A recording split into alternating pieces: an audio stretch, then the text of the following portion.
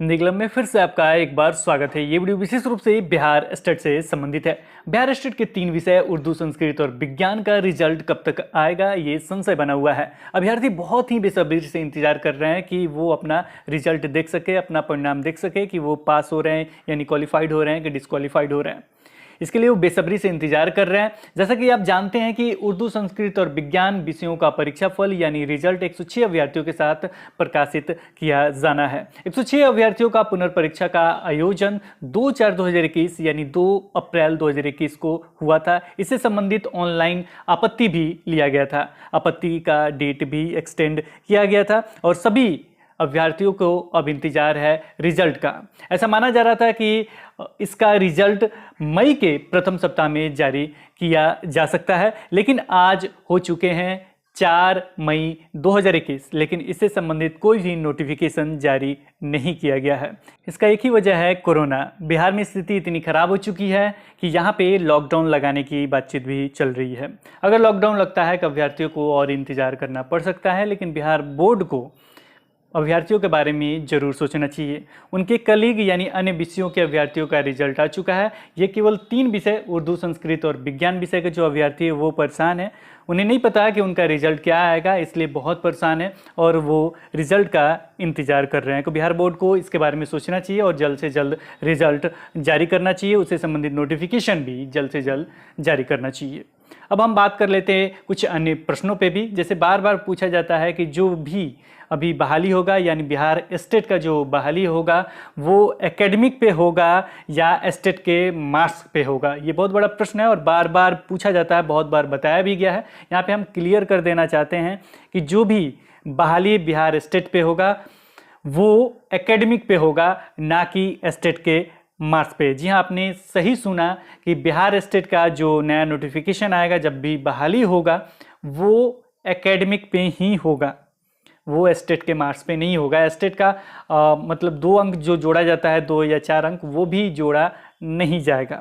अब इसके लिए आप प्रूफ की बात करेंगे तो अगर कहिएगा तो इस पर स्पेशली एक वीडियो अलग से ला दिया जाएगा और उसके बारे में आपको मतलब बता दिया जाएगा कि ये प्रूफ था और इस तरीके से आपको बताया जा रहा है। अगर कहिएगा तो लाइव एक ओल्ड वीडियो का छोटा सा क्लिप आपको जोड़ के आपको दिखा दिया जाएगा, स्पेशली एक वीडियो बना के। इसके लिए आपको कमेंट सेक्शन में कमेंट करना होगा उसके बाद। इसलिए गलत टिप्पणी मत कीजिएगा कि स्टेट के मार्क्स पे होगा, ऐसा कुछ नहीं है। होगा क्या, शुरू से मैं आपको बता देता हूँ।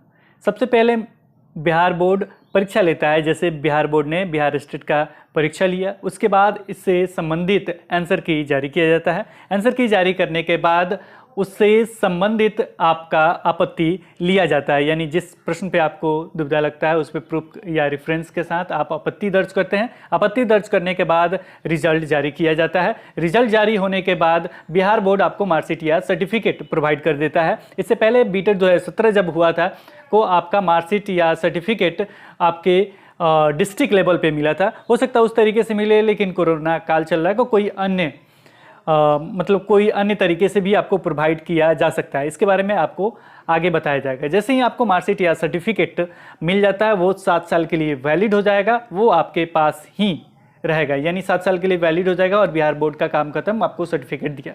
अब बहाली कैसे होगा, तो बहाली के लिए आपको जाना होगा बिहार गवर्नमेंट के पास। बिहार गवर्नमेंट के पास जैसी रिक्ति आएगी उस तरीके से बहाली होगा।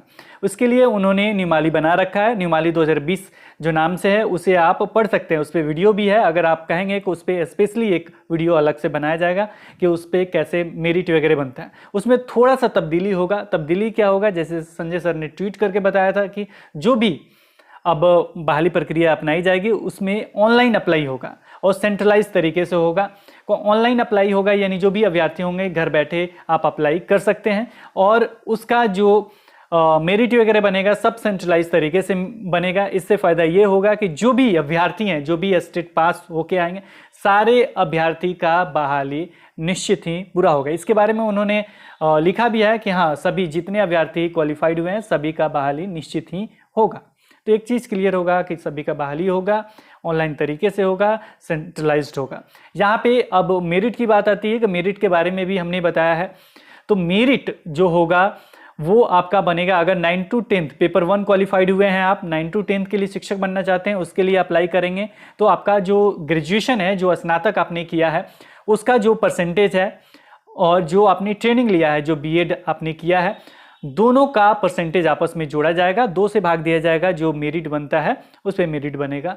अगर आप पेपर 2 क्वालिफाइड किए हैं, आप 11 to 12 के लिए शिक्षक बनते हैं, तो इसके लिए किस तरीके से मेरिट बनेगा, तो जो भी आपने एमए या एमएससी किया है और जो आपने ट्रेनिंग बीएड लिया है, दोनों का परसेंटेज जोड़ा जाएगा, बटे 2 किया जाएगा, जो भी फाइनल आपका परसेंटेज बनता है वही आपका मेरिट होगा। यहाँ पे कंप्यूटर साइंस वगैरह जिसमें बीएड नहीं माना जाता है, उनके लिए अलग व्यवस्था है, वो इससे रिलेटेड नहीं है, उनका बीएड नहीं जोड़ा जाता है, डायरेक्ट होता है। यहाँ पे एक और प्रश्न बार बार पूछा जा रहा है, डॉक्यूमेंट्स कौन से लगेंगे, और उसमें एक और प्रश्न डाला जा रहा है कि यहाँ पे 10th और 12th के क्यों डॉक्यूमेंट्स लगेंगे जब उसका मेरिट में कोई कमी नहीं है। तो मैं आपको बता देना चाहता हूँ कि इससे पहले जो +2 स्कूलों में अतिथि शिक्षकों की बहाली हुई थी, उसमें आप देख सकते हैं उनका मेरिट कैसे बना था। उनका मेरिट बना था जो उन्होंने एमएससी या एमए किया था वो, साथ में जो उन्होंने बीएड किया था, दोनों को जोड़ के 2 से भाग दिया गया था, और वो भी वही जो परसेंटेज आया था वो उनका मेरिट था।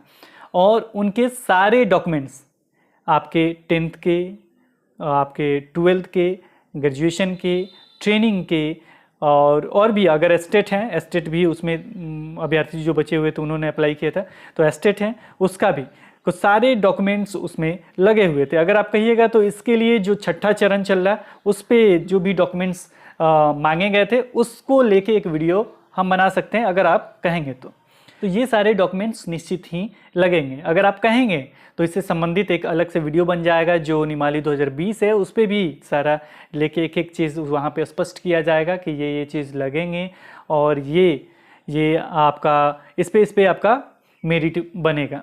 तो अगर कुछ अभ्यर्थी यहाँ पे संशय में है कि नहीं एस्टेट के रिजल्ट पे ही, एस्टेट का जो मार्क्स है उसी पे बहाली होगी, तो अगर आप कहेंगे तो एक छोटा सा क्लिप, ओल्ड क्लिप लेके आपको दिखा दिया जाएगा और उससे स्पष्ट हो जाएगा कि नहीं इस पे आपका नहीं होगा। तो कमेंट कीजिएगा, उस पर वीडियो बनाने की कोशिश किया जाएगा। फिलहाल बिहार बोर्ड को इन अभ्यर्थियों के बारे में जरूर सोचना चाहिए, उर्दू, संस्कृत और विज्ञान के अभ्यर्थियों के बारे में जरूर सोचना चाहिए, और जल्द से जल्द रिजल्ट जारी करना चाहिए।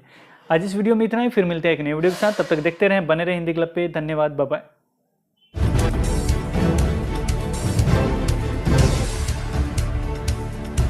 सब्सक्राइब कीजिए हिंदी क्लब को, दबाइए इस बेल आइकॉन को ताकि हमारा वीडियो आपको मिले सबसे पहले।